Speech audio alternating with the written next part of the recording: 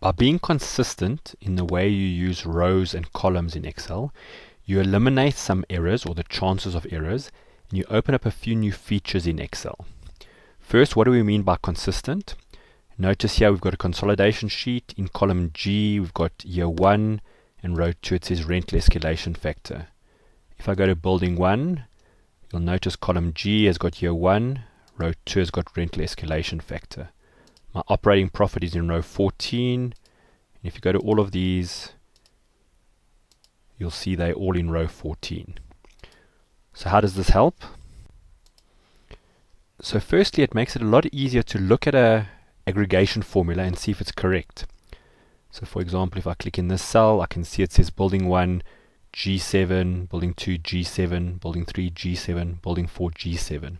Because I know I've built it consistently, I'm comfortable that that must be looking at the correct place, as opposed to over here where I can see this formula G12, G12, G12 suddenly is referring to H12. So that's a good indication that maybe something's not quite right with this formula. So visually it makes it a bit easier. It is also easier to make corrections. So using one of Excel's inbuilt features, if I go to the building 1, let's look at this formula here. And you'll notice that for whatever reason it's using the average OPEX, but instead of using the OPEX escalation factor, it's using the rental escalation factor. If I go to building 2, you'll notice that this has got the same problem. So I could go to each one of these buildings and correct it, but obviously there could be a lot more sheets. So using one of Excel's inbuilt features, what I can do is go, set it up. I'm just going to go and change this. So instead of looking there, it must look here. I click enter, I can copy it across. And if we now go look at these other ones, you can see they have been fixed as well. So by making sure that we have the exact same structure, it makes it possible to, if you spot an error, to make the change all in one go. It also makes it easier to make changes to the inputs. So let's just look at building 1 again. You'll see the rental escalation. It goes 6%, then 15 and 10. Building 2, it's a flat 10%. Building 3, it's 7%, etc.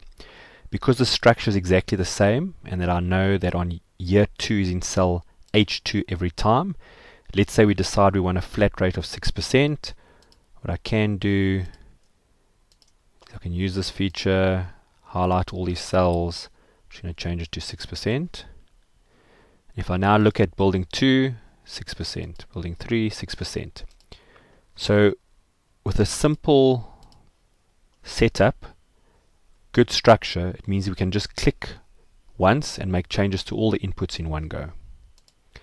Another feature that consistent structure enables is the ability to move sheets around if you want to include them or exclude them from a calculation. So with our manual calculation here, you'll see we're adding up building 1, 2, 3, 4. If for whatever reason building 3 doesn't belong there anymore, we'd have to go to all our formulas and get rid of building 3. However, there is a way in, we'll just go here, where we've now got a different technique. And notice here we've currently got 7,434 as our total. I'm going to take building 3, I'm going to move it out the way. Let's go back here. You'll see the number has changed, 7085. So if the structure is correctly built, it means you can enable this feature. When I put it back in, come here, and you'll see it says 7434 again.